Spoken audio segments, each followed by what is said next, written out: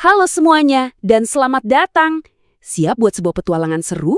Hari ini kita bakal ngikutin perjalanan yang luar biasa dari setetes air kecil dalam sebuah siklus tanpa akhir yang ngasih kehidupan buat planet kita.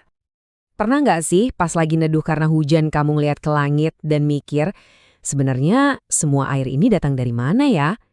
Jawabannya ternyata adalah sebuah kisah perjalanan yang epik banget keliling planet kita. Yuk kita telusuri bareng-bareng. Oke, coba bayangin deh. Kita jadi super kecil, sekecil molekul. Terus kita nebeng di satu tetes air. Kita bakal jadi saksi langsung petualangannya. Ngeliat dunia dari sudut pandang yang unik banget. Dari dasar lautan sampai ke puncak atmosfer. Nah, petualangan kita dimulai. Bagian pertama, menunggangi sinar matahari. Pahlawan kita ini, si tetesan air, mulainya dari tempat yang luas banget. Bisa jadi lautan, danau, atau bahkan genangan air sisa hujan kemarin ya. Disinilah babak pertama petualangannya dimulai. Ini dia nih, misi pelarian hebatnya. Jadi, sinar matahari itu ibaratnya kayak mesin pendorong super kuat. Dia ngasih energi ke tetesan air kita sampai si tetesan air ini jadi enteng banget. Terus, wus, dia lepas dari teman-temannya dan terbang ke angkasa sebagai gas yang nggak kelihatan, yang kita sebut uap air. Nah, aksi kabur yang keren tadi itu ada nama ilmiahnya lor, namanya evaporasi.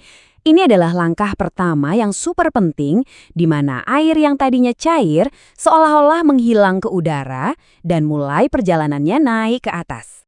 Kuncinya apa? Suhu. Anggap aja udara panas itu kayak jalan tol bebas hambatan menuju langit.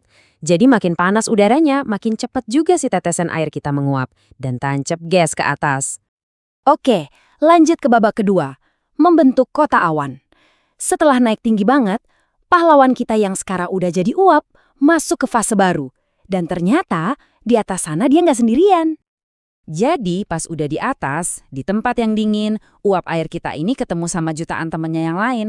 Mereka mulai ngumpul, nempel di partikel-partikel debu kecil, dan bareng-bareng mereka ngebangun sesuatu yang super megah, awan. Bener-bener kayak ngebangun kota yang melayang di langit kan? Proses pembangunan kota awan ini namanya kondensasi. Gampangnya, ini kebalikannya evaporasi. Kalau evaporasi itu kabur ke atas, kondensasi itu ibaratnya reunian akbar di langit. Dan lagi-lagi, suhu jadi pemeran utamanya.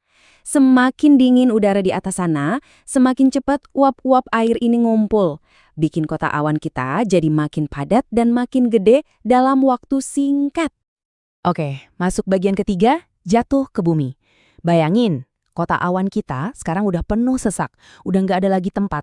Suasananya tegang, dan kayaknya bakal ada sesuatu yang dramatis terjadi. Di dalam awan yang super padat itu, tetesan-tetesan kecil mulai saling tabrak dan gabung. Mereka jadi makin besar, dan makin berat. Akhirnya pahlawan kita ini jadi terlalu berat sampai si awan nggak kuat lagi nahan. Dan gravitasi pun mengambil alih, menariknya jatuh kembali ke bumi. Momen jatuhnya air dari langit ini kita kenal sebagai presipitasi. Inilah puncak dari perjalanannya, di mana air akhirnya kembali lagi ke permukaan bumi. Satu putaran siklus yang penting selesai. Tapi dia jatuhnya dalam bentuk apa ya? Nah, seperti yang bisa kita lihat di sini, semuanya balik lagi ke suhu. Kalau udara di bawahnya anget, ya dia turun sebagai hujan biasa. Tapi, kalau udaranya dingin banget, sampai beku, dia bisa berubah jadi kepingan salju yang cantik atau bahkan butiran es. Oke, kita masuk ke bagian terakhir dan yang paling penting. Kenapa sih siklus ini penting banget? Tetesan air kita udah mendarat dengan selamat nih, siap buat mulai perjalanannya lagi. Tapi, kenapa perjalanan tanpa henti ini begitu krusial buat kehidupan di bumi? Coba bayangin, perjalanan satu tetes air ini terjadi miliaran kali tiap detiknya di seluruh dunia. Ini tuh ibarat mesin kehidupan planet kita. Siklus inilah yang ngasih kita air minum yang bersih, yang nyiramin tanaman biar kita bisa makan, dan yang ngatur cuaca kita. Bener-bener sistem daur ulang alami yang paling sempurna. Jadi nanti pas kamu minum segelas air, coba deh berhenti sebentar dan pikirin. Air yang kamu minum itu punya sejarah yang, wow, luar biasa panjangnya. Mungkin dia pernah diminum dinosaurus, membeku di puncak gunung es, atau jadi bagian dari lautan purba. Dan sekarang dia jadi bagian dari dirimu. Pertanyaan besarnya adalah, setelah ini petualangan dia selanjutnya bakal kemana ya?